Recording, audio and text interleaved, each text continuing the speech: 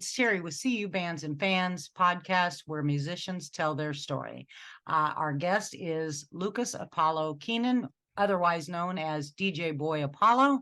And this is our part 2 with him. We had him on our podcast a year ago, which I will post that link to this podcast link so you could listen to that as well. But we want to catch up with him because a lot has changed. And I think we had a podcast with you a year ago. And a lot has changed in your life as far as music, location. I'm sure your goals have changed. And we're also going to talk about something personal, and that is sobriety. That's something that you've embarked upon. I hope that's okay, right? Oh, let's get as personal as possible. I'll take my shirt All right, off. let's do it. Because that's the real podcast right there, is the story behind the musicians. So welcome back. I'm so happy to be back. This is I wish more people would kind of do something like what you guys do, which doesn't doesn't push away any genres. I mean, obviously I've been doing hip hop for like 11 years now. Like as Boy Apollo, but I came up as a rock and metal and blues musician. So it's cool to see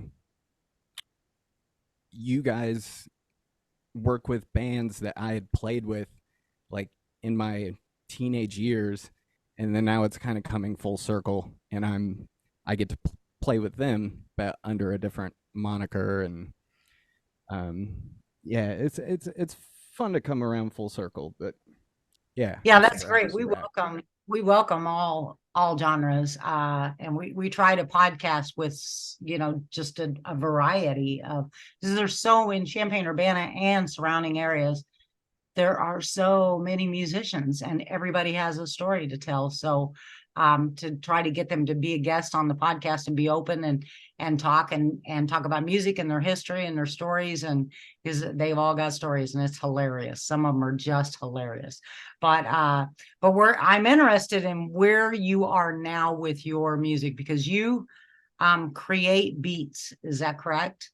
Did I say that? Okay. Yeah, produce beats, create beats. It's all essentially the same thing. Produce a song, produce an instrumental. Ooh.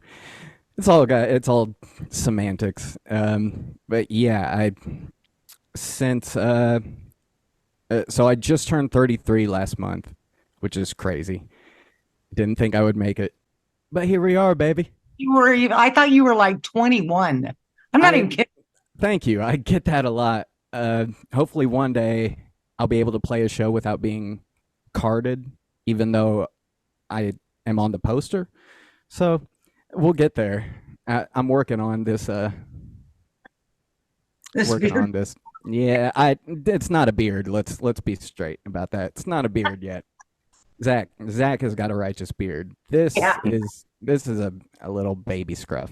Yeah, to bring it back to your question, I produce beats, I rap, do vocals.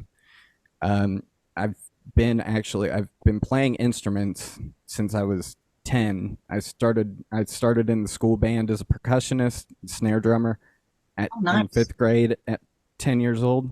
And then 12 years old, I got an acoustic guitar, but it took me until I think like late 13, 14, when I really kind of got obsessed with it.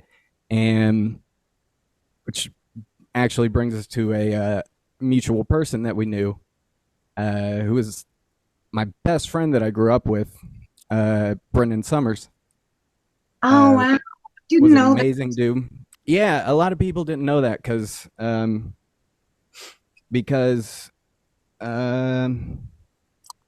we kind of would do this thing where, and I didn't quite understand it, but I saw him play with a group of my friends at the Unity High School Fine Arts Festival. I think I must have been 14, so that was my freshman year. And they played my favorite song, which is Say It Ain't So by Weezer. And from that day, when I saw how that made everyone feel and how it made me feel, that's where I was like, all right, this normal school ish is not really my thing. I'm going to stay here like a dummy. I'm going to stay until my senior year and then drop out. Oh my God. Yeah.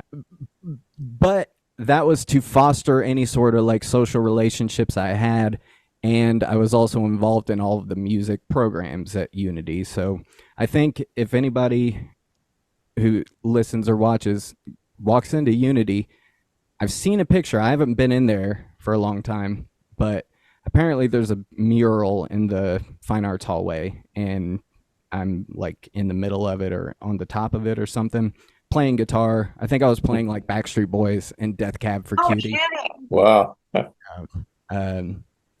Yeah, and actually that year I played the Fine Arts Festival 3 different times, with a punk band doing covers, playing guitar and vocals, one kind of a thrash metal band, where I was playing the drums, and then I did a solo set, just playing guitar and singing. And so from basically that age on, Brendan and I became like Batman and Robin, and we would both do this thing where we would we'd be the life of the party for a little bit, and then we'd disappear, and you wouldn't hear from us for 2 weeks. But then you'd get a text or a call at like 3:30 in the morning, and it would be one of us going, "Hey, let me show you something. Can you tell me what you think of a new song?" And that's just always had been our routine, I guess. Yeah.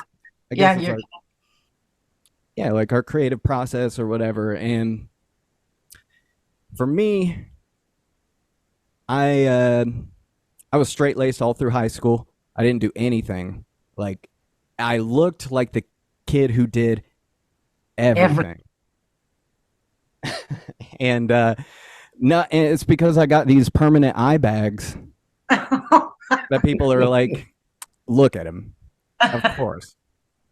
But no, it's just because I would stay up throughout the night and I would practice, and then I would get to school and I go, unless it's third hour jazz rock band, I see ya. I'm gonna take a nap, and that's kind of how it went.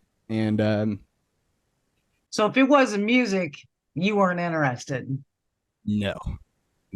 I did sports. I wrestled and I played soccer, and I enjoyed those. Like, I put myself into them. But once I found music, that was it. I wasn't going to risk breaking like my hands or Oh yeah. or Yeah. something that would, which I have since then. So it's been fun. You must miss Brennan then. Yeah, that's a crazy thing because like I had never really gone through any like loss or anything, or really had to grieve heavily for like a loved one, like a close family member. Quite close. Mhm. 15, I lost my good friend in a car accident, and I was really sad, but I don't think something didn't quite snap, something didn't click. Like, Yeah. You're young, you think you're invincible, even if you see the proof in front of you. Like, you're like, that it's not me. Right. And yeah, and so we were best friends. I'd stay at his house, he'd stay at my house. We have so much music together that well, here's the first breaking announcement. Brendan and I's last songs together are being recorded right now. So at least the last stuff that we did together. Oh my God, that's amazing. Yeah, I'm super excited. Real different. There's like a pop song. There's like hip hop song with, his guitars are all over it. We just sat in a room. We would pretty much just do this. We would kind of get into a room, which would usually be like his music room or my music room, where we're basically just like kids in like a toy room. but you would give us like a bottle of alcohol or something. We'd have some fun. Then at 6 a.m, there'd be a song, or at least all the material for a song.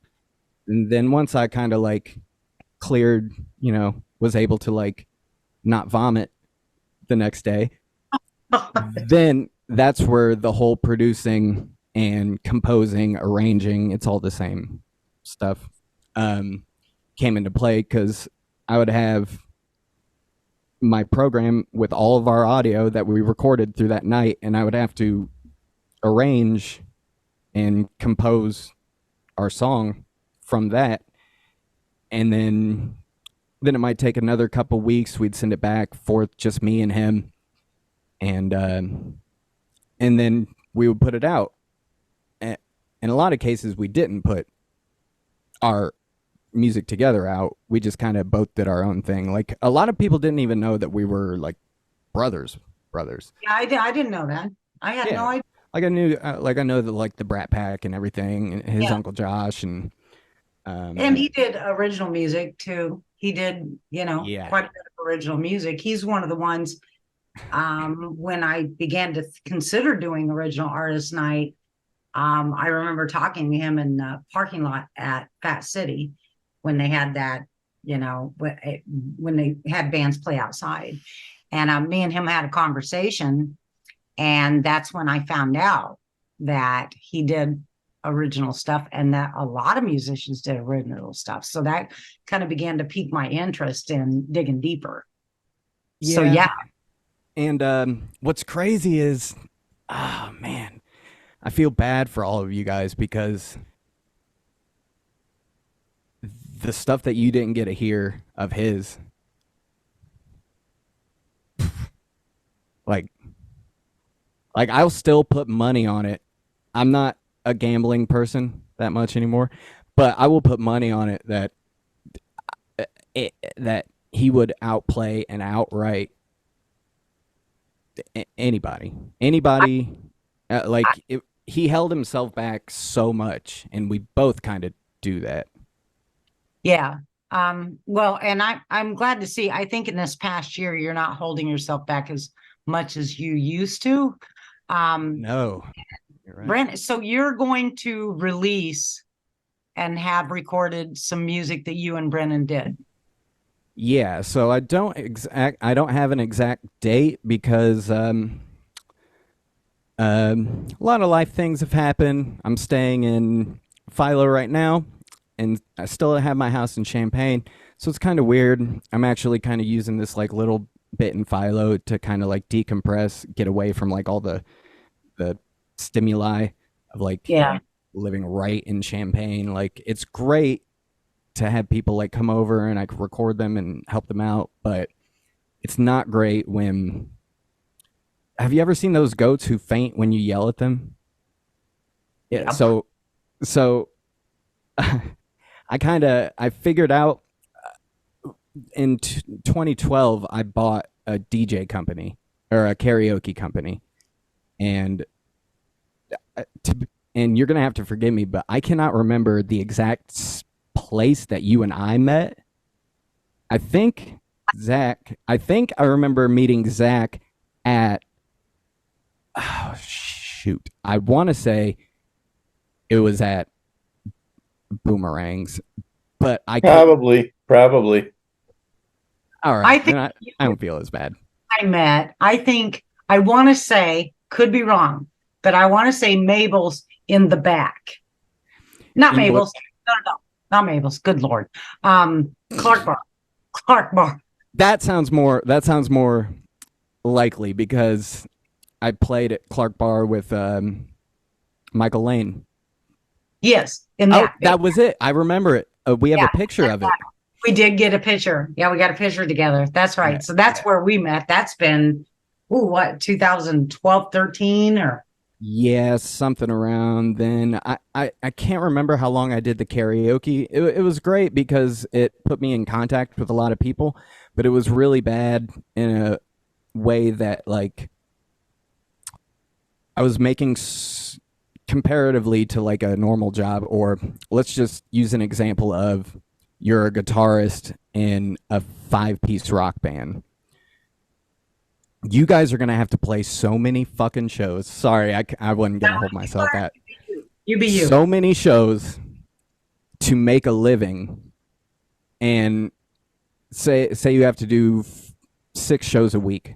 5 of those are going to be, you're not going to be playing your own music, at least not for years and years. It's just how it is. Nobody wants to.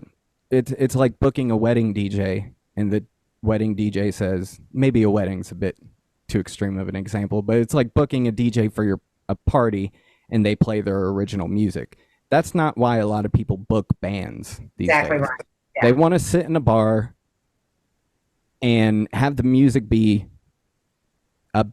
just something in the back. And if it's live, it just adds this kind of novelty, which is cool. And I love the novelty. But as a musician who's up there and you're trying to connect with these people the only way that you actually know how, it's pretty shitty. And so I had to stop doing the bands around age 18. That's a lie. That's when I decided to stop doing bands, but I got picked up in a progressive metal band called Scavenger out of Decatur and Springfield. Wow. And we did some cool things, and I wrote the music, handed it off to the drummer. He would write his thing. The vocalist, he would do his thing. Da da da da da. But that taught me how to arrange, and at the same time, I was rapping. This is in the days of MySpace. So I had a MySpace. Oh, I hope nobody can find this. I should have probably looked to see if you could find this, but whatever. I can look. I hope somebody can find it, actually. It'd be funny. So I came out with my first solo raps, like hip-hop music. It was all self-produced. I pirated a version of FL Studio. Other people might know it as Fruity Loops. It's a digital audio program you can get for Windows, PCs, whatever. And I put out maybe 2 or 3 songs under the name Luke 2 Fresh. Such a good name. And but at the same time, I was doing that for fun because I've been doing this kind of hip hop thing since I was 11 or 12, just kind of secretly writing lyrics and rapping to myself in the mirror, like, "Yeah, you look like you got it." I don't know. And this is what I love. See, this is what I love about you. You just tell it like it was. It's like, you know what, okay, yeah, I got in the mirror and I did this rap thing. People would not admit that, but you do. Well, and see, that's kind of what I noticed, because so I decided to get sober last July, so July 6th, something like that. And before anybody claps or says, "Good job," you're not supposed to be abusing drugs anyway. Like, don't break your arm patting me on the back. It's not cool anyway. Like, you see these. Sorry, I don't mean to offend anybody, but it is what it is. This is your journey. This is your sobriety. What brought you to that point of going, I need to get sober? How did that abuse begin? So it actually, so I went to the doctor, like, actually just a few months ago, and like my first official doctor visit in a while. That wasn't a hospital visit. We'll just leave it at that. And found out that alongside temporal lobe epilepsy, which I've had since 2015. I don't know, there's like some details about it that makes it different from standard epilepsy. I don't know. I don't try to look too far into it because all I've noticed it does is gives me seizures when I get too stimulated. So like a goat, I'll just pass out. This is where the fainting goat comes in. Okay. That's where it is. All right. And Oh, man. and it happened. It happened at Bentley's. My first seizure was in Bentley's. I was DJing, and 9 people wanted to fight me or get in my face because they were all drunk.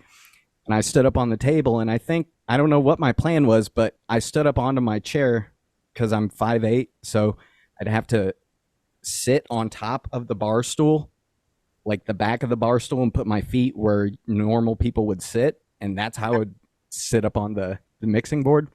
And I stood up on that chair, and I guess my plan was I was just gonna like Eddie Guerrero frog splash onto all 9 of these people. Be like, you're ruining my show, and they broke my TV.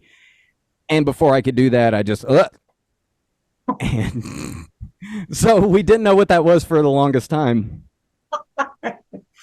And so fast forward to 2015, I'm already doing Boy Apollo stuff. The seizures start getting really bad, and they're happening at night, so I couldn't sleep. Actually, the reason I'm so okay with being open about all this is because I realized during this kind of like sobriety journey, whatever. Again, I don't want to be one of those people who's walking around with their water. I'm sober. Go fuck yourself. Like, just do your thing. Just be good. I noticed that I don't listen to my own music really. I hear it enough when I'm making it, and so I never really sit and analyze my lyrics. I just kind of do the work. It's kind of like a subconscious thing. I just kind of like do it. But there's a song on my EP that's on my SoundCloud called the Conscious EP. There's a song, it might be the 7th track, called Bad News, where the original beat was produced by Syndrome. Shout out Syndrome. And I just talk about like my evolution of being just like kind of a drug addict, you know. And I wasn't actually sure why I was doing all this because, like I said, through high school, I was totally straight. Never was a big drinker. The only time I've like been a drinker was karaoke. So easy to drink in karaoke. In fact, it's super encouraged. And if you're a host who you'd rather be playing your own music, of course you're going to probably grab a drink. Probably more than 4. And so I had to quit doing karaoke. Just as a personal thing, I felt like as an outlet, it just was not, the money was the best I had made for music, but maybe that's just not what's important to me. I'd rather be doing my own stuff. So regardless, to digress, a couple months ago, I went to the doctors, found out that I have ADHD along top of OCD and temporal lobe epilepsy. And it just explained a lot of things.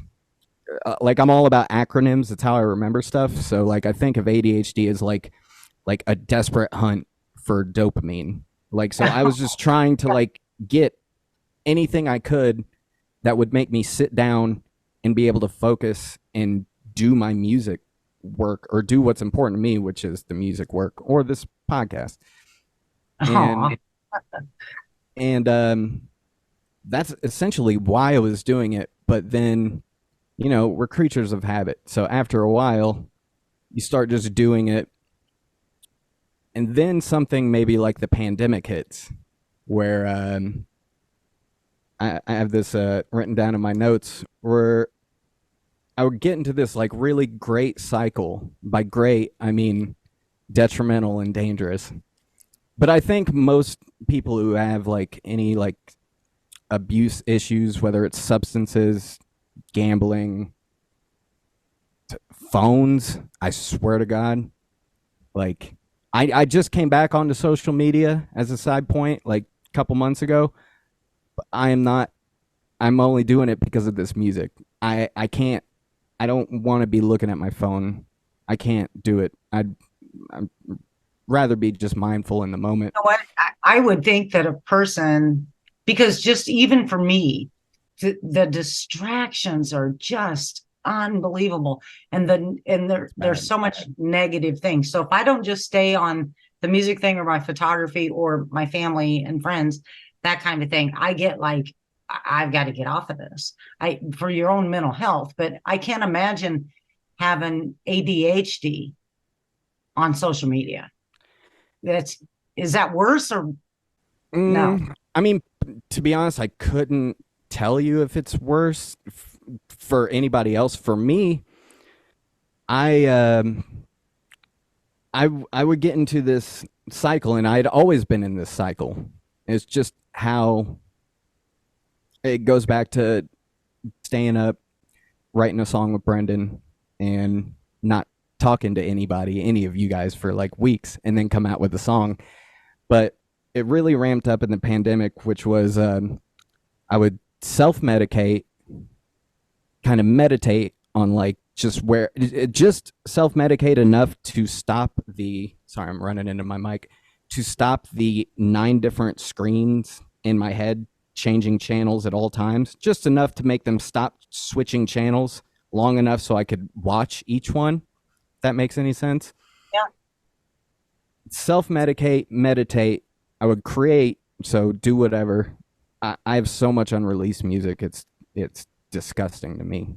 Then I would hate it because I'd just spent so much time doing it, and then self-isolate, and then just restart the process. And during the pandemic, I really lost. It was actually right after I put out the Conscious EP in 2018.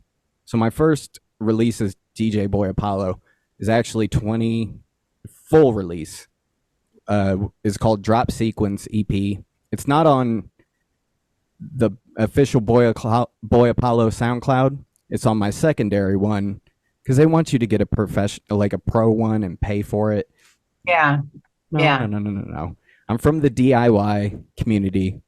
I'm just gonna get 2 separate accounts. Yeah. And so I think that might be like SoundCloud / Boy Apollo Music would be that one. So that was 2017.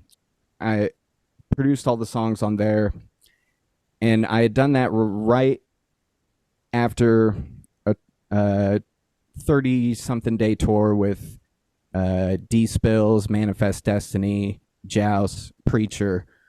I don't know. There's pictures of it everywhere. I don't know. But for me, social media became people's voices are too loud on social media, and I feel like it's easy because of like how algorithms have developed, that it's really easy to get locked into like like an echo chamber, or like it's just real easy to see the same people saying the same stuff all the time. And I kind of have this belief in like diversity of inputs, diversity of outputs. Like if you just hang around like a bunch of 20-year-old stoners and that's all you talk to, probably all that's going to come out of your mouth is 20-year-old stoner shit. Yeah, what you intake is your outgo. Exactly. And so I thought it would be best for my mental health to abstain from social media. And it was in a way, but it made me lose touch with unfortunately, I have to have this social media because of the music. I just have to.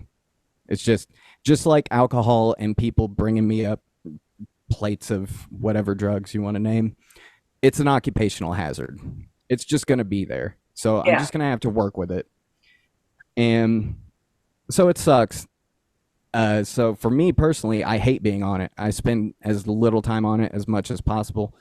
Like, I don't even like sharing my own songs. I uploaded something on my SoundCloud the other day, and I maybe didn't even post it till the next day just because, like, I just don't want to be on there, really. Like, yeah, because we follow you, and so when something new comes out or whatever, we do see that on our feed on CU Bands and Bands, and then of course I personally follow you, but we will have the links to your music on this podcast. We will have because I found you again on Spotify, and I've always followed you on Spotify, but I was searching for you under a different name, which was and then we're on SoundCloud with you, and then you have a YouTube.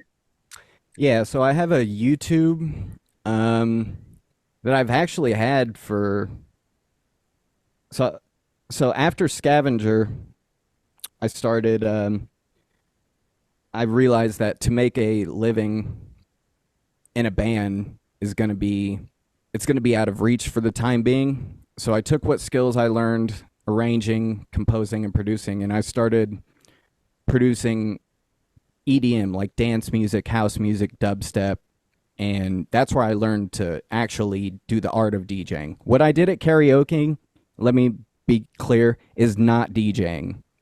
That is a host. Yeah, that's just, I was just up there basically being a voice on the radio. Here's somebody doing Love Shack again. Yeah. And then you're playing the screen, right? With the words on it. It just plays automatically.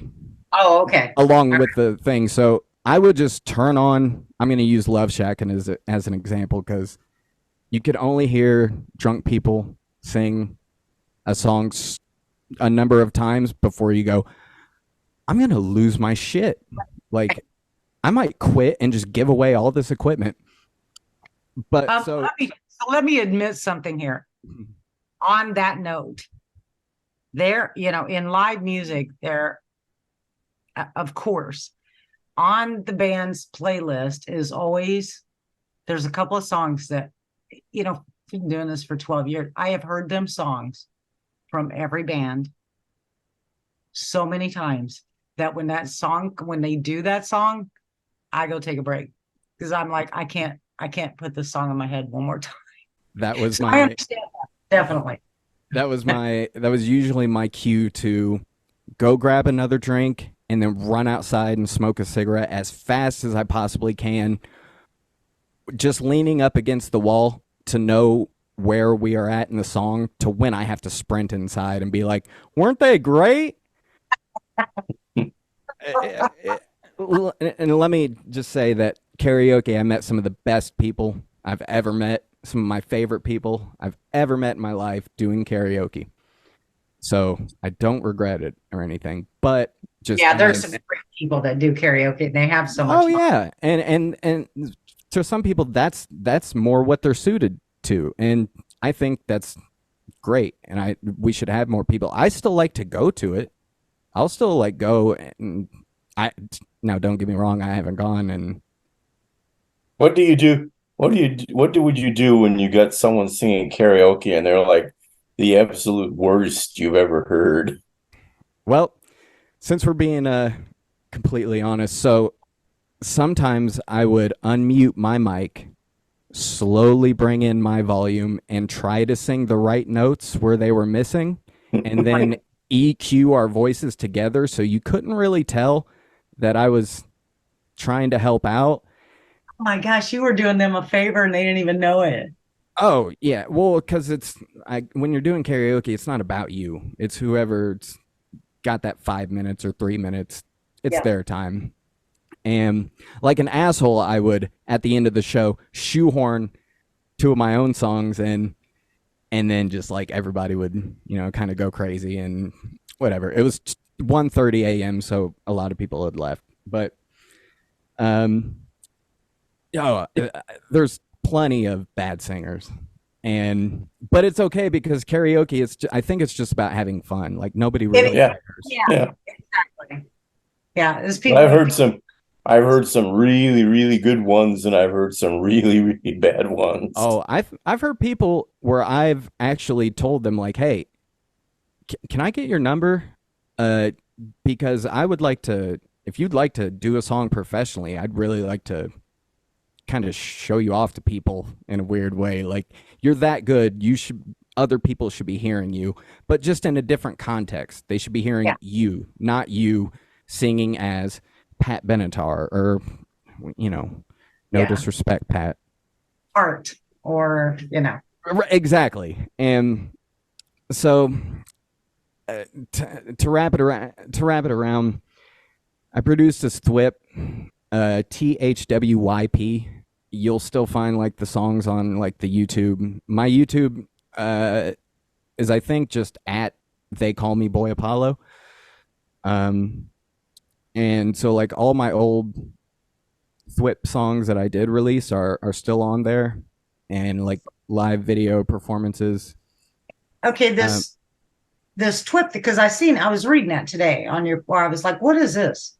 I was trying to figure out what it was. So tell us what that is.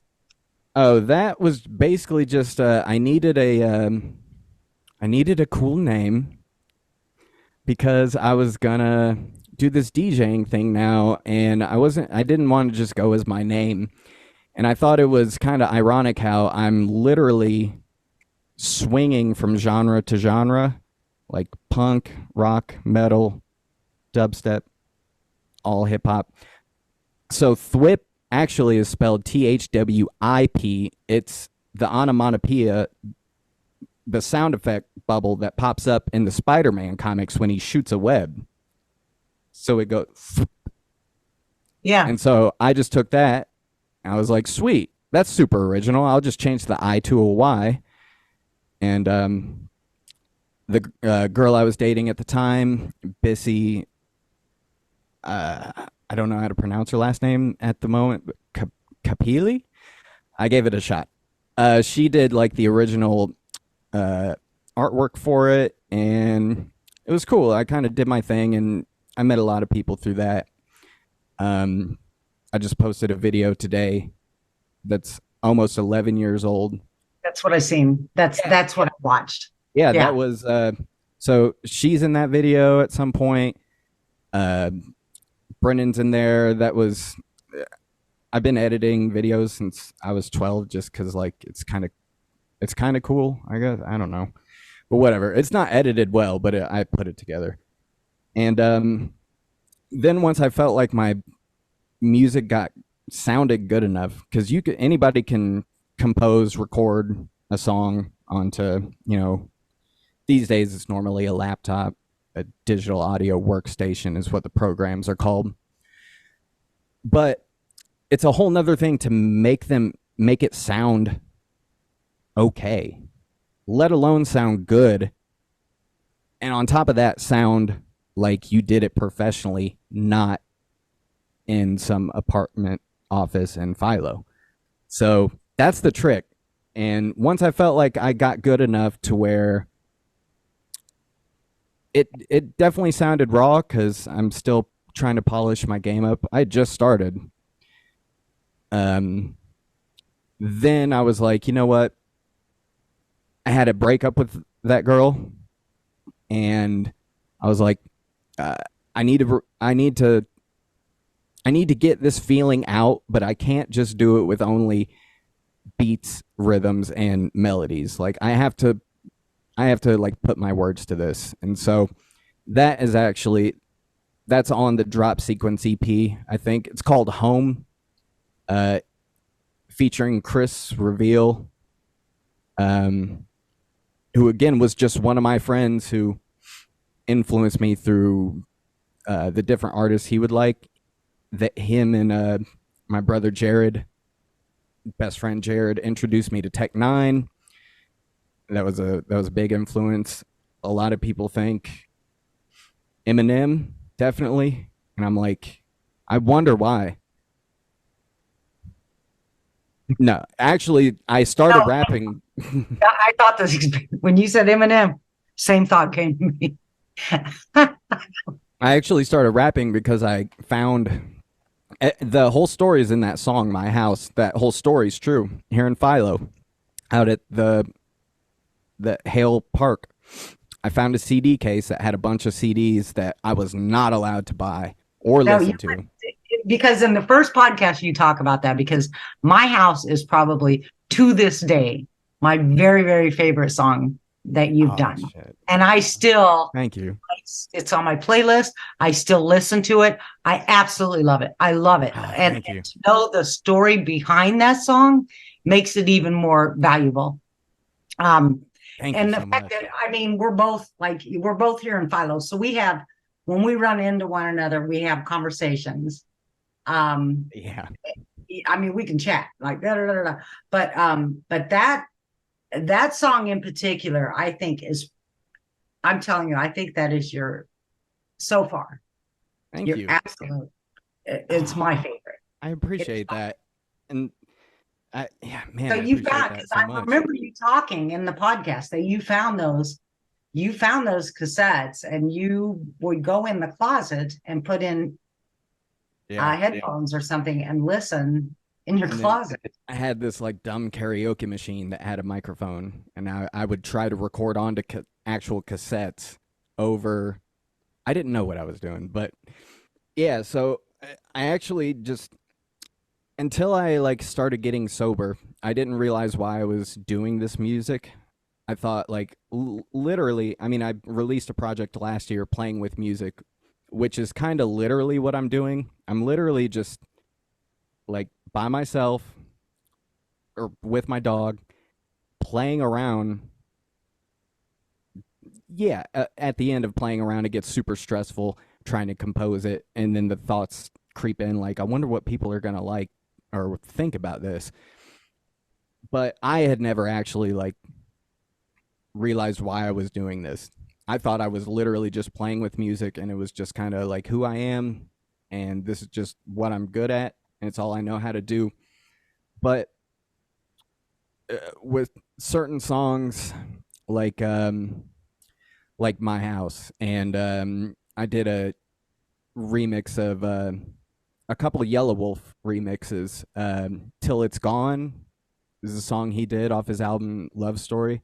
Believe you guys have it. I've never released it. I've played it at maybe one boom jam, and it was a boom jam where I tried to play keys at the same time. Yeah. And songs like Bad News and Up in Flames, which you also have, those from the Conscious EP. I didn't I've been writing essentially like to myself or to anybody who kind of somewhat feels like they're struggling a little bit like me. So it turns out like my most popular ones are the ones that I like. For me, they're great, I guess. I mean, they're okay to listen to, and I'm proud that they sonically sound good. That's really all I aim for. But I kind of just did the work for these past 11 years and didn't look back, didn't read my own lyrics in a metaphorical sense and in a literal sense. Like I would just kind of fill up these notebooks, fill up these hard drives, and when I got enough approval on a certain project, then I would release it. And so 2017, I released an EP. 2018, I released an EP, the Conscious EP, and then this brings us back to the grieving thing, where I was living with my grandma, who's been my rock the whole time. Nobody in my family, honestly, like really gives a shit about what I do musically. My dad, he kind of supported it growing up until I did a genre that he didn't like. Then he was like, that ain't happening, buddy. And my mom, God bless her, but she can't sit through a song without saying one thing, and will dismiss something because it is not her style of music. But I got her the other day. This is how I got her. I told her a song was not me, and then she listened to it.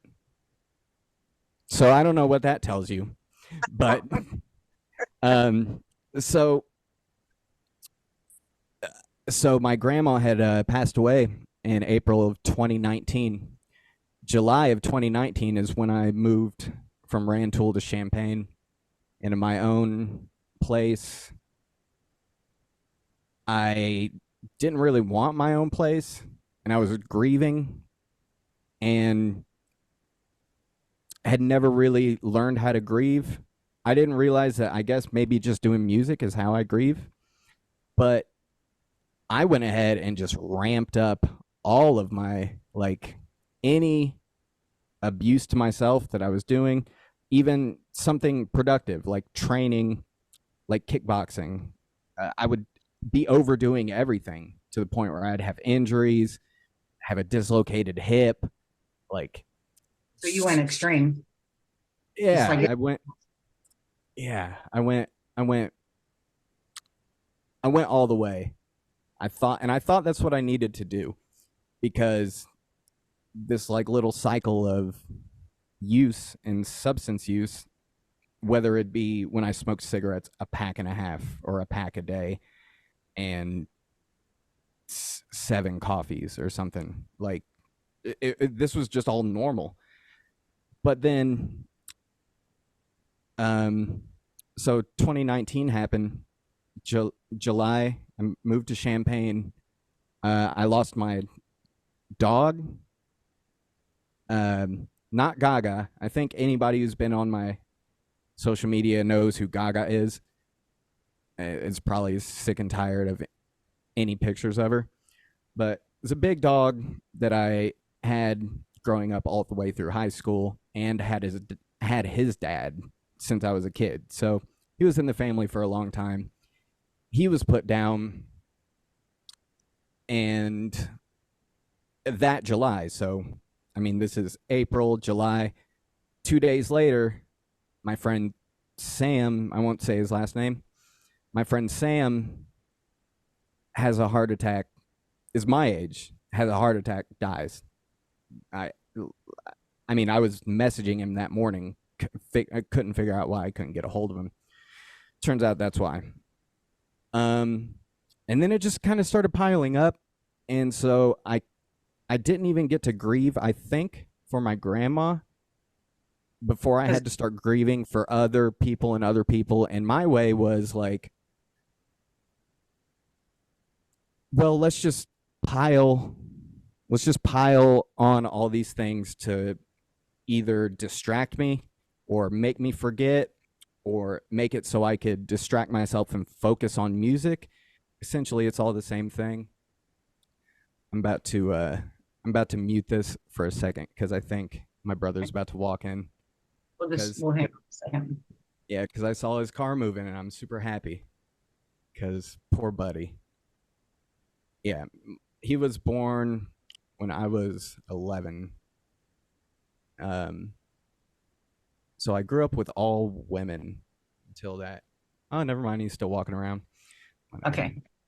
Yeah. So I'm gonna keep an eye out, and as soon as she starts barking, because I could see her on the couch right now, and she's just passed out with her arms in the air. As soon as I see her ears move, I'm gonna mute this. Okay. But and so Pile yeah, so I just piled everything on, and now I had this new place. Had this place that was all my own. I was still getting help paying for like some of the bills. I was like, nobody can bother me here. I could really self-isolate, which is not what I should be doing. And then, oddly enough, 2020 happens. We all know what happened in 2020.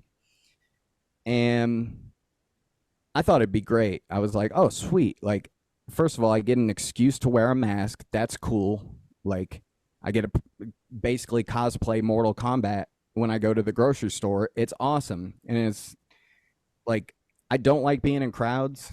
I actually don't even being in like in front of 3 people at once. But I was like, oh, sweet. I could go to the grocery store and like, nobody will know it's me. I have tattoos and gauges and a nose piercing. They'll know it's me.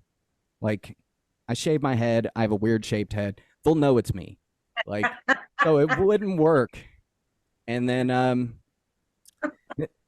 September 2021 happened, and that's when Brendan passed away. And I found out about it the worst way possible. The night before, I had stayed up late working on music, like I would basically just would always do. Then I was sleeping in, and I because of a lot of the things I was taking, you couldn't wake me up. Like I actually have a special alarm that I don't need it now, but it would make me do math problems and like recite words back to stop the alarm from going off, because I would just wake up in my sleep, shut it off, and then just somehow go back to sleep, and then wake up at like 4 p.m. and then lose a part-time job that, let's be honest, I didn't give a fuck about, but like, But you still, need, my doggy needs food. And so I woke up to just messages, missed calls. And the way, I believe the first way I figured it out was I read a message from my sister that said, my sister Nicole, that said, "Oh, I'm sorry about Brendan." oh, And I was like, ah, shit. I'm not gonna say anything out of respect for his family, his brother, his actual brother Lucas, not me, Lucas, his real brother Lucas, and his dad, Mr. Chuck. But I knew it. I knew exactly how it happened, and so I just kind of it. It was really the first time I had sat and I didn't know that you could cry, like you really could cry, like where you can't control it. Kind of feels good. Like there goes me to the extremes. I'm like, that intense sadness felt awesome. yeah, Jesus. Yeah. Well, it's nice to feel anything. Yeah, and for it and to let that out, to let it out is so important. But I kept masking it with more drugs, and a lot of the times, like the shows, my drug of choice. Let's get real personal. You want to have an interview? Let's have an interview. My drug of choice, besides alcohol, because it was so easy to get, I would just tell the people whose show I'm working, hey, just take these drinks out of my payment at the end of the night. And so there'd be nights where I ended up owing the bar back money. So that was a bad time. But my drugs of choice were like Xanax and those benzodiazepines, like basically like Xanax, and it's the other one, Klonopin, because anything that would make it easier to be personable and talk to this big crowd of people who I love performing, but as soon as I'm done performing, like I don't want to be there. Like it would just make me. So you have like basically kind of social anxiety. Well, yeah, actually, I was diagnosed with that in 2012, but like those drugs are super bad for somebody who has ADHD, because ADHD already is a dopamine issue, and a benzodiazepine kind of switches your reward system. So yeah, so all those like little things that you think are making you happy are just like it's the difference between happiness, fulfillment, and instant pleasure. Benzos will switch that around and take a while to undo. But they would make me not drink, because if you drink and do those, it's you'll just lose nights of your life, because you will just I don't know what it does, but I think the scientific and medical term is it fucks you up badly. And all of these just even alone is a huge health hazard. So right. And for somebody who has epilepsy, like I'm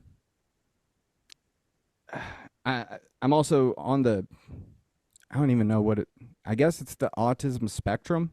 I'm like on there, but I'm just not, I didn't really want to dive any deeper into that. I was just like, okay, it was like, that's fine. Whatever I am is okay. Like, just leave it there. And so Xanax, alcohol, or some sort of stimulant, usually they'd both be combined. So espresso and Xanax. cocaine and a muscle relaxer, whatever. A random pill that somebody gives you at a rave, and another random pill that somebody gives you at a rave, whatever. Those made it easier to do my job, but I don't even want to say this, but I'm getting old, yo. Like, compared to me I've been performing on stage since I was 14. I just turned 33. Like your body, like, especially the way I do it, which I'm not saying is any better than anybody's, but I get super into it. I jump around a lot. It's not super good on your body to do over and over for years and years and years. And then especially when you have no recovery, period. So you literally just start breaking down.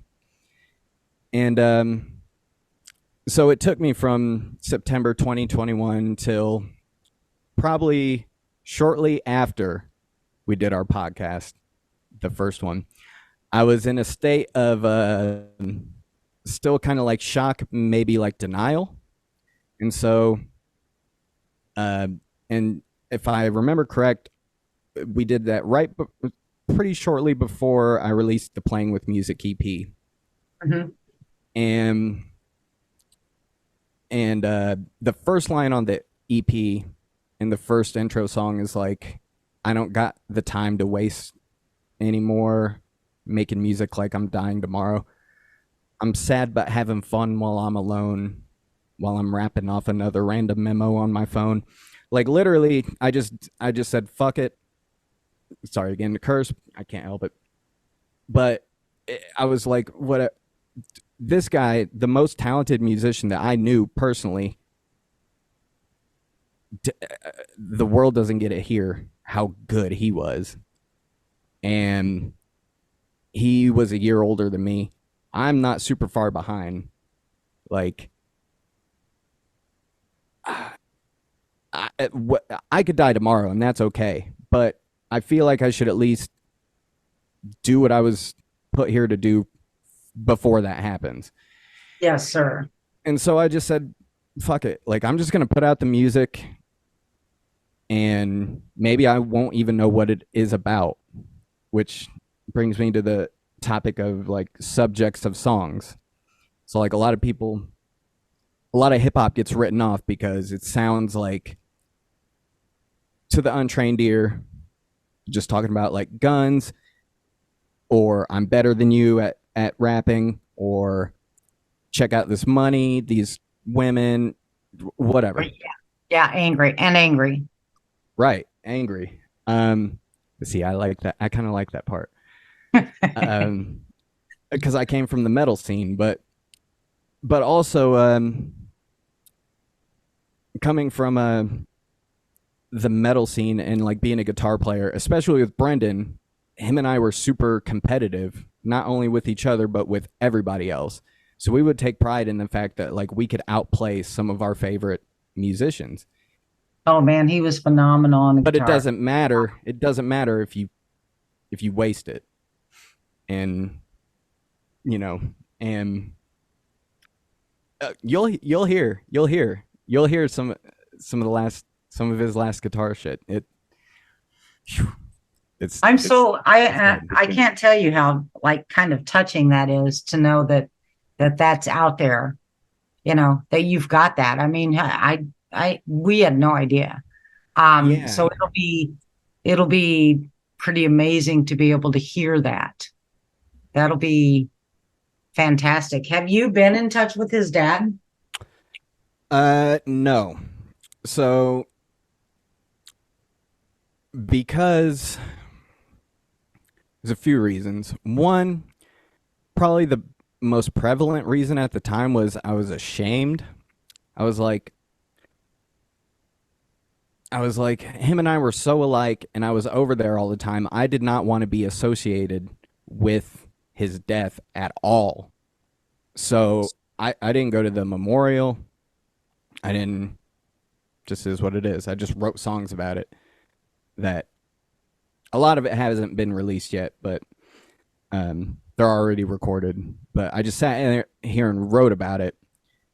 And also, I didn't quite know what to say. Mm.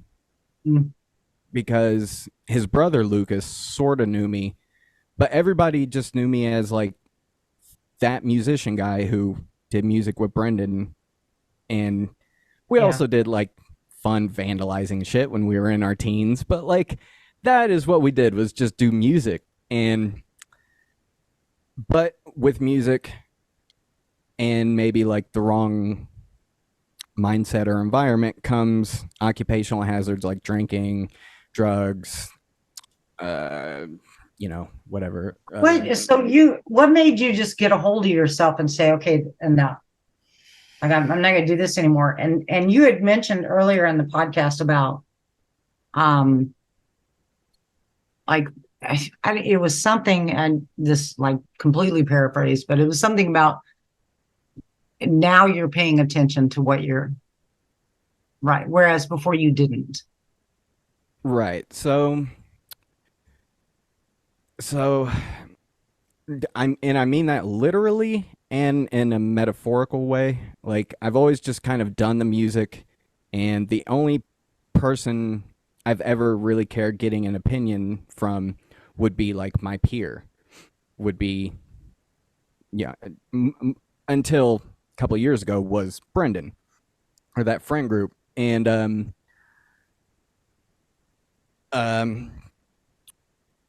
I won't say a name, but you can figure this out. See you bands and fans are smart people. So if you go to my EP that's on Bandcamp, you could stream all the songs for free like 3 times, I think. So go to it, make a stupid profile, and then delete it. Who cares? You don't even have to buy the EP. But there is a song on there called I don't exactly know what the title is because I have multiple working titles, but I think it's called like Flipped Out or Flip Out, that I did. I'll say his stage name was Big Jin. I won't say his personal name. We'll let the Facebook creepers figure that shit out. Whatever. That's why I don't go on social media. But regardless, I was sitting with this person, and I personally, I'm a single guy. I've been single for, I think, since 2017. I don't have any kids that I know of. I'm just kidding. I don't have any kids. I have a dog who is basically my baby, and that's it.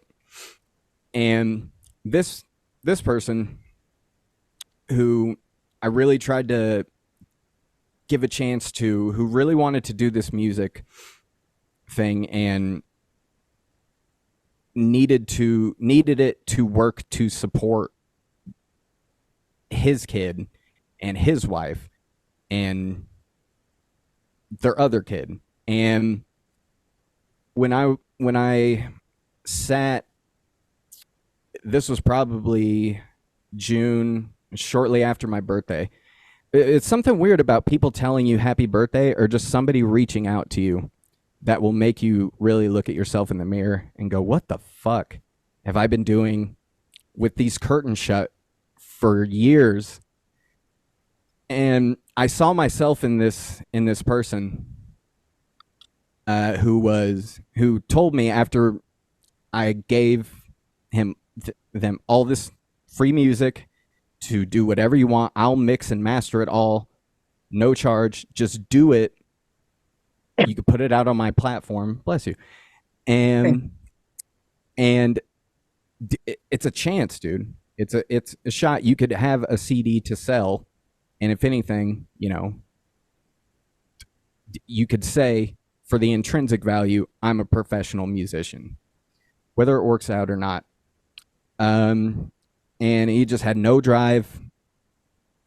The only time that they would want to do music is if, A, we hung out and smoked pot together, which I'm going to be clear.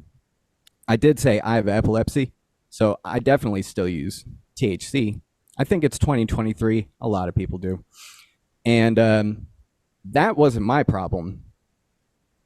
maybe I use it a little too much. I don't use it as much anymore. I've got shit to do. But I would just see this person come over, basically just be at my place, sitting in my studio room, so they had a place to go that wasn't their house with their wife. So kind of an escape. I'm sorry? Kind of an escape. They were using your place for an escape. Yeah. And yeah, sure, you could say that. And well, no, you should say that. That's right. But they also really wanted to do this music, but they did not want to do the work to do it. They wanted, they would happily record the verse if I wrote it for them. And I'll ghostwrite for people, I guess. I've never done it, but I don't really. I feel like if you're singing words, it might feel better if it's your own words. I don't, especially if you're an MC, all you have is your voice and your lyrics. So it really kind of depressed me, and I was almost seeing this mirrored image of myself if I had kids and a wife. I'm like, I'm just doing the same shit that this person's doing, even though I have no responsibilities like that. And the final straw was this person told me that they were leaving the state. They may have, I don't know. Again, I'm not on social media like that. They probably all blocked me too, which is cool. Hope everything's fine with them. But told me that they were leaving the state to try to find a job and to support their kid. And I'm like, no. You're doing shit backwards. I was like, you just left a job. You're leaving the state. You have a kid who can't talk and who's maybe it was 3, it was almost 4. I'm like, I can't co-sign on this type of behavior. I can't be a part of it because I'm enabling this shit. And in a way, he was also enabling me because they were also enabling me because they had prescriptions and of medicines that they didn't use or want, but they would want to sell that for money. Well, obviously, they'd want to sell it for grapes. Yeah, that goes on a lot more than Yeah. In fact, there's a huge ADHD medication shortage right now. I've only actually been on my medicine for a few days. I was on it in 2017 for the first time in my life, and then all of a sudden, I come out with an EP. I'm on tour. Weird how things work. And then as soon as they take me off of it, I just tried to self-medicate in any sort of way. But to digress, I saw this person doing this, and I went, I can't enable somebody who's going to just abandon their family. I can't co-sign on the behavior of an absent father. I can't in any way support that. And so, yeah, and that it forced me to sit. I had no friends who would come over because I was the only other friend who would like come over and just like hang out. Jonte, aka Jouse, my black brother from another black mother, my partner in rhyme. I hadn't been talking to him because I just isolated, probably on some petty, I'm taking everything personal. So I basically sat for a couple weeks. Then came July, we had this like crazy heat wave, and I decided, you know what? I'm just going to turn my AC off, make sure my dog's okay, but I'm just going to sit in this heat wave. I'm gonna take a little bit of mushroom tea on the first day, and then I'm just going to essentially camp out at my house and sweat and detox everything out of my system. And I, disclaimer: I'm not a doctor. Don't do that. You I- if I was just going to say that seriously, in all seriousness, do not, if you are that far into addictive behavior, please reach do out to a doctor. detox by yourself. Get medical help because it can kill you. Definitely do. It can It kill you. definitely can. It definitely can. And turns out that, you know, alcohol is really hard to withdraw from. You know, we see this on TV shows all the time. But alcohol wasn't my problem. I haven't actually drank that much. I maybe have gotten drunk 5 times since 2015, since finding out I had epilepsy. So drinking wasn't my problem.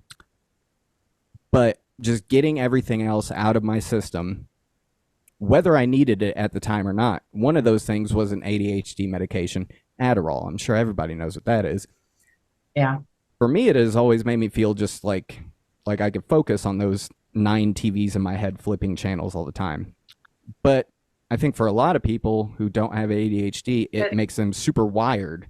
And they get like, did you abuse Adderall? I probably took too much. Yeah. Oh, yeah. I definitely abused everything. Let's not get it twisted. I self-medicated.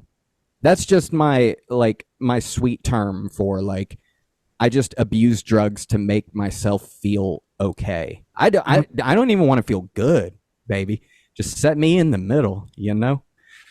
And so I sat those 5 days. Again, anybody struggling with any kind of like addiction, abuse problems, especially if it's chemical, substance, do not, for the love of God and everything else, do not be like me and do it by yourself. I'm not saying something in there because I have been a witness to alcohol detox. It's severe. It's horrible. Detoxing and DTs from alcohol, it can kill you almost instantly. So I highly suggest that you get a plan in order, and you definitely do this with medical help. If you have to be hospitalized, if you have to go to the ER, whatever it takes, but do it with medical help. And once you're through it, you know, then okay, then you can begin your walk. Right. Once you're through it, you whatever is going to work for you, you do that. Like, I cannot tell you to go to a 12-step meeting. I didn't go to a 12-step program. Yeah. Just do it safely. That's all. Just do it safely, medically. But I didn't. And because I've always had this DIY mindset where, so I decided I'll just sweat all this stuff out of me and then just like completely strip away everything and then start from the ground up with my prescribed medications, which are, there's 3 of them. And then I'll add in things like caffeine, sugar again. Well, I mean, I detoxed from everything. And it sucked, yeah, and it was a dumb idea. And, you know, I think quitting caffeine was like the weirdest one. A couple times I almost thought I was doing the wrong thing. I almost thought like, maybe I should just like kind of go back, because I would notice everybody, I would see all these signs, not knowing that they were telling me I was doing the correct thing for me, which was just keep up with this mindset. Like, and so I kept seeing everybody else getting better around me while I was getting better. And I thought, that's great.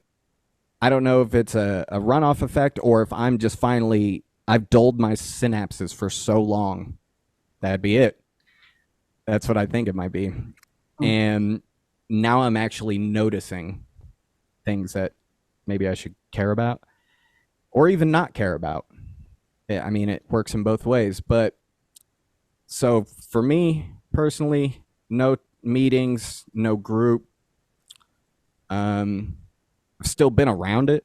I've still been around like people popping pills, but I just don't really. For me, I tried to do a lot of like behavioral therapy, like stuff that I could do on my own, because if I have money, it's going into this music and my dog. Like, it's not going to. No, I'm not spending it on therapy. So that brings us to, what are your plans with your music now? Because obviously you're doing this now. You're awake. You're doing this sober. You're taking care of your body better. You're more aware of your surroundings and what you need and what you don't need. So where is that putting you musically? So that's an awesome question, because at first, last year, and I have family members who can attest to this, I had to relearn how to walk. I had to relearn how to speak correctly. I had to relearn how to like physically write, but also write music in general. And so it's taken me probably until now, so like almost a year.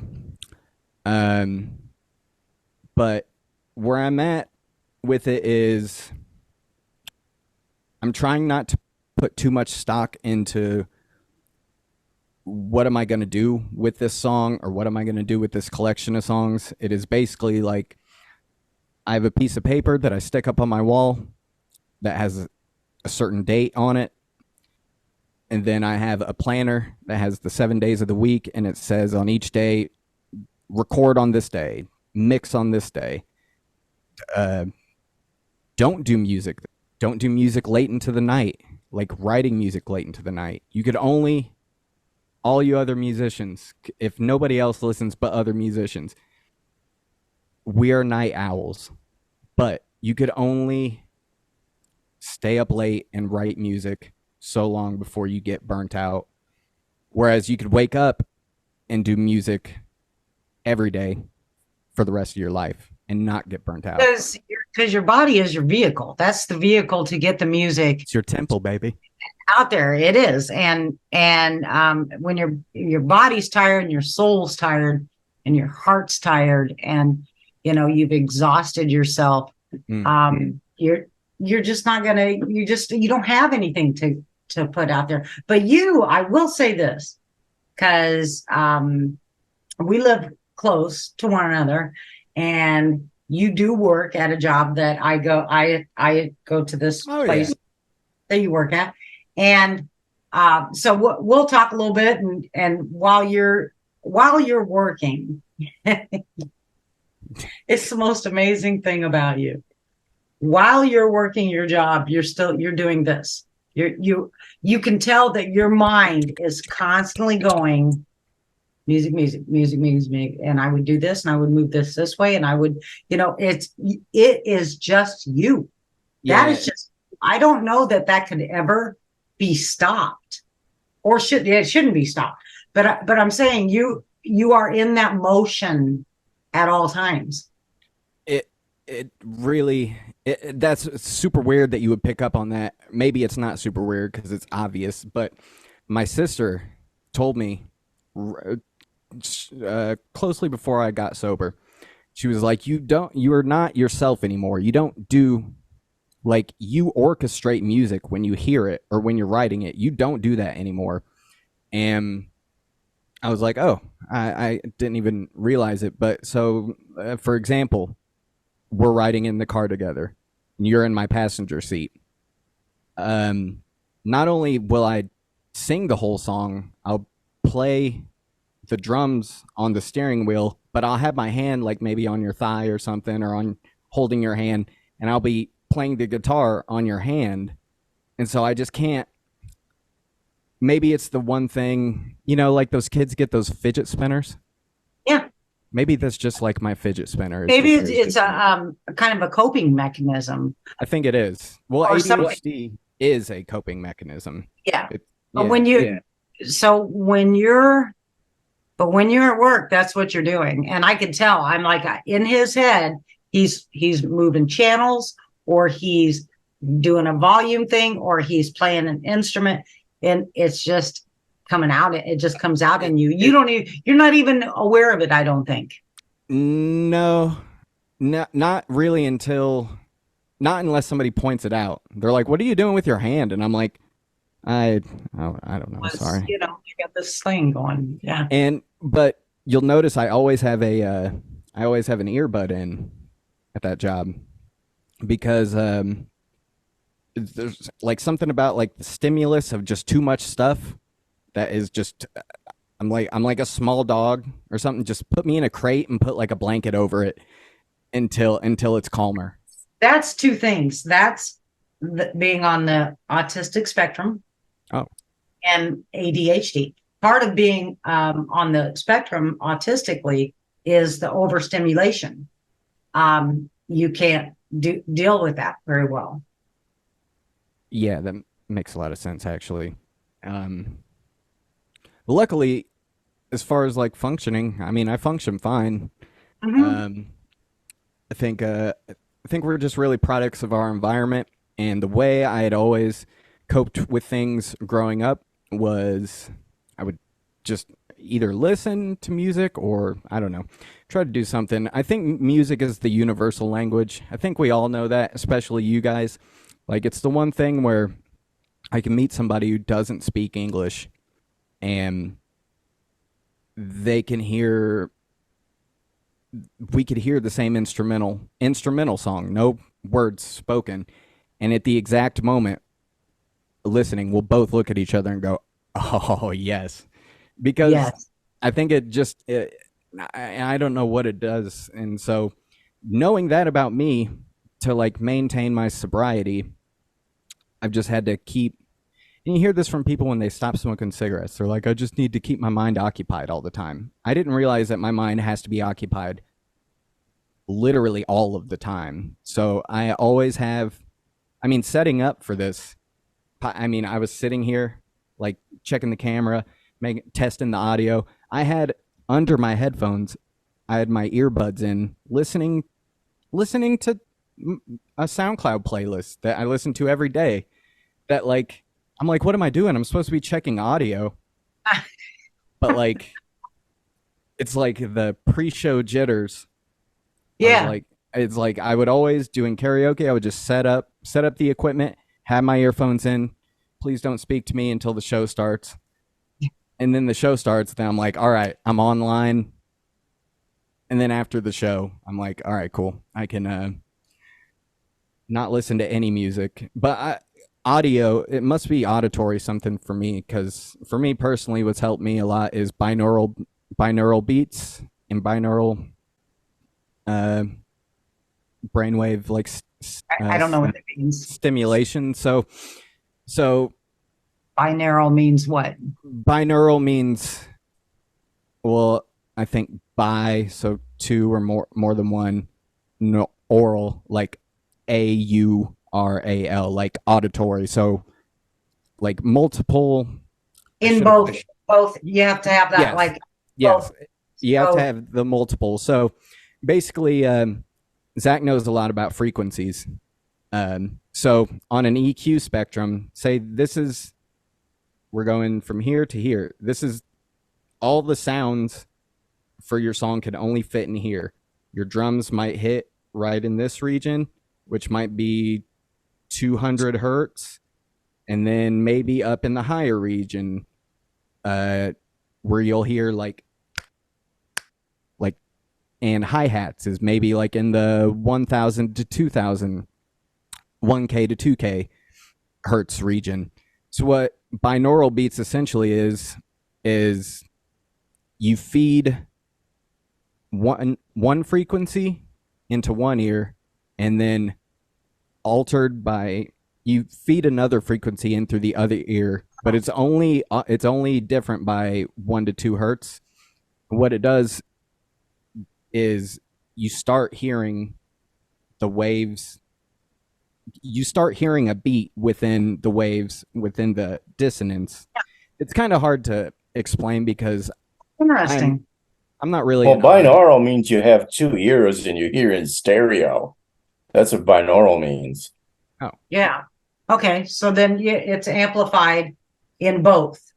Yeah, so you'll get one frequency. So we'll just use 432 hertz is generally when people wear sleep like gear, you'll get a sound like white noise sometimes or blue noise. Sometimes that will be at 432 hertz because that's what frequency theta waves vibrate at when you're in deep REM sleep. So essentially, you could trick your brain into thinking you're deep asleep or just drank an energy drink.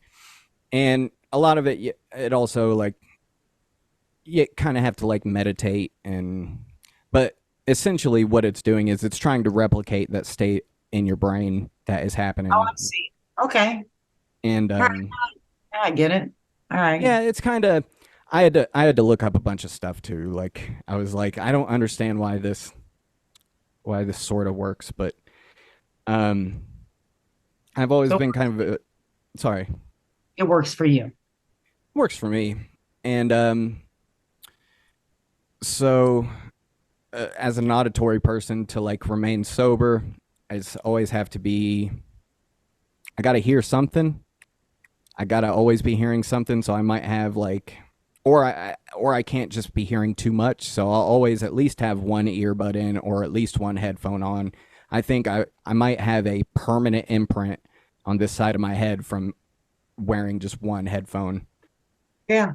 At all my shows. And yeah.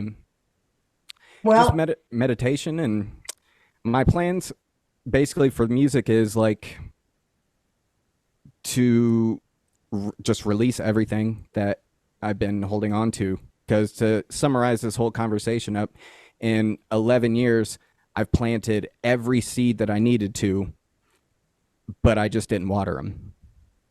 And so now I just have to water them and watch that shit grow, baby. Yeah, now it's time.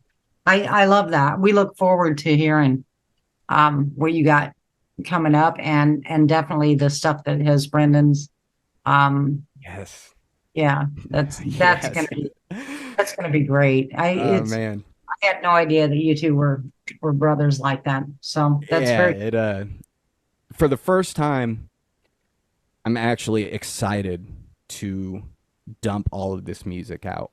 Like not dump all of it all, but no, I know what you're saying. Yeah. I had to learn to let go because we may have talked about this at my work, but a director said it to me once. But they're like, yeah, that movie, that song, it's your baby until it's not. You have to kind of know when to stop. You let it go, and then it becomes everybody else's baby. Yeah, in the past, you've always been what I thought was, come to find out, it wasn't really strategic. That in this podcast, I'm finding out that was really a strategy. Right.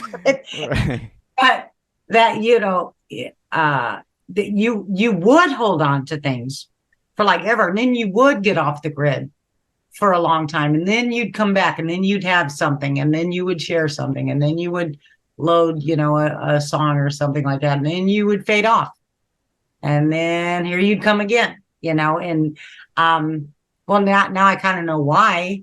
But I always thought that you were being strategic with when you were releasing this or that.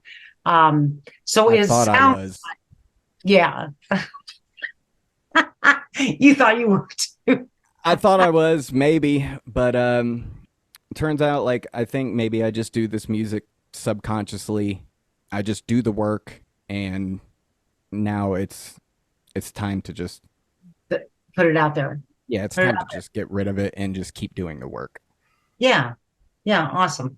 Well, it's been awesome having you on this podcast once again. And I'm honored.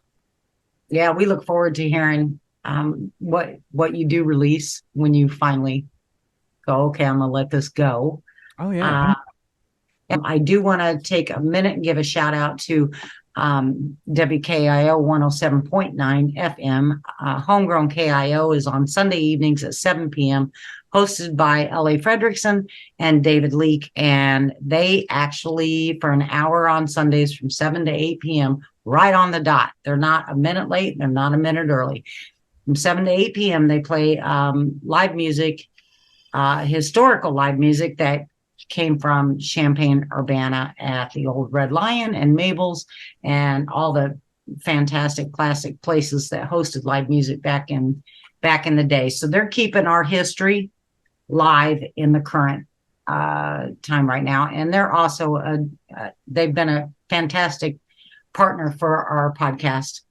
And we appreciate everything that they do as well. So with that, you have a good night. Me, play, my song. As I'm stepping on this mic, I'm leaving.